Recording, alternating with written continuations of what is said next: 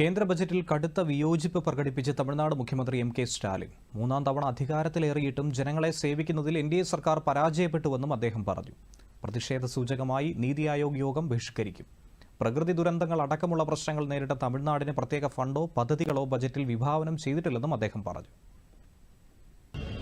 தமிழ்நாடு என்ற சொல்ல நிதிநிலை அறிக்கையில இல்ல, பட்ஜெட்ல இல்லைன்னு சொல்றதை விட ஒன்றிய பாஜக ஆட்சியாளரோட சிந்தனை அலையும் செயல் அலையும் தமிழ்நாடு இல்ல.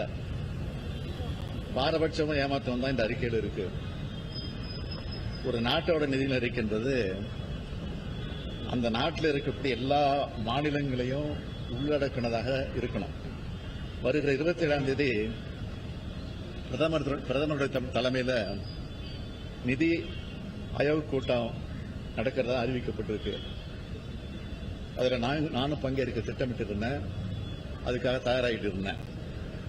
ஆனால் நிதிநிலை அறிக்கையில் தமிழ்நாடு ஒட்டுமொத்தமாக புறக்கணிக்கப்பட்டிருக்கிறதை கண்டிக்கிற வகையில் அந்த கூட்டத்தில் பங்கேற்க வேண்டாம்னு நான் முடிவெடுத்திருக்கிறேன். அதை புறக்கணிக்க போறேன்.